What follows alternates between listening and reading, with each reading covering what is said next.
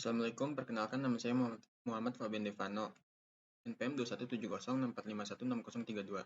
Ini saya akan menjelaskan untuk tugas 2 dari Etika Profesi Teknologi Informasi.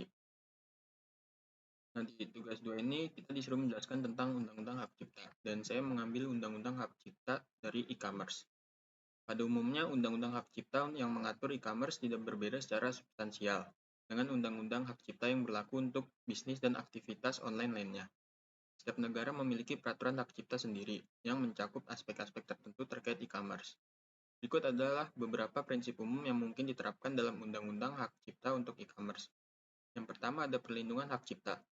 Undang-Undang Hak Cipta memberikan perlindungan otomatis kepada karya-karya kreatif seperti teks, gambar, musik, dan perangkat lunak. Hal ini juga berlaku untuk konten yang dibuat dan didistribusikan dalam konteks e-commerce. Yang kedua ada penggunaan tanpa izin. E-commerce harus mematuhi Undang-Undang Hak Cipta dengan tidak menggunakan karya-karya yang dilindungi hak cipta tanpa izin dari pemiliknya. Penggunaan tanpa izin dapat mengakibatkan tuntutan hukum. 3. Tanggung jawab platform. Beberapa negara memiliki undang-undang yang membuat ketentuan tentang tanggung jawab platform e-commerce terkait dengan pelanggaran hak cipta oleh penggunaan mereka. Sebagai contoh, sebuah platform e-commerce mungkin diharapkan untuk mengambil tindakan untuk mencegah atau menghapus konten yang melanggar hak cipta.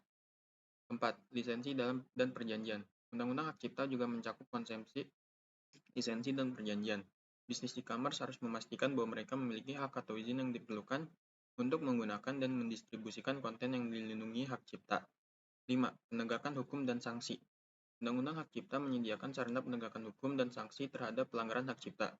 Ini dapat mencakup gugatan perdata, denda, atau bahkan sanksi pidana tergantung pada tingkat pelanggaran. Yang keenam ada perlindungan data. Beberapa negara juga memiliki peraturan perlindungan data yang dapat berinteraksi dengan Undang-Undang Hak Cipta. Misalnya, dalam konteks e-commerce, pengelolaan data pelanggan dan kebijakan privasi perlu mematuhi undang-undang yang berlaku. Perlu dicatat bahwa setiap negara memiliki peraturan yang berbeda, dan hal ini hanya memberikan gambaran umum. Pengusaha e-commerce sebaiknya mencari bantuan hukum untuk memahami persyaratan khusus yang berlaku di jurisdiksi mereka. Sebagai contoh, beberapa negara mungkin memiliki ketentuan yang mengatur tanggung jawab platform e-commerce terhadap pelanggaran hak cipta yang dilakukan oleh pengguna mereka. Namun detailnya akan bervariasi antar negara. Penting untuk memahami undang-undang hak cipta di jurisdiksi dan berusaha mematuhi peraturan yang berlaku.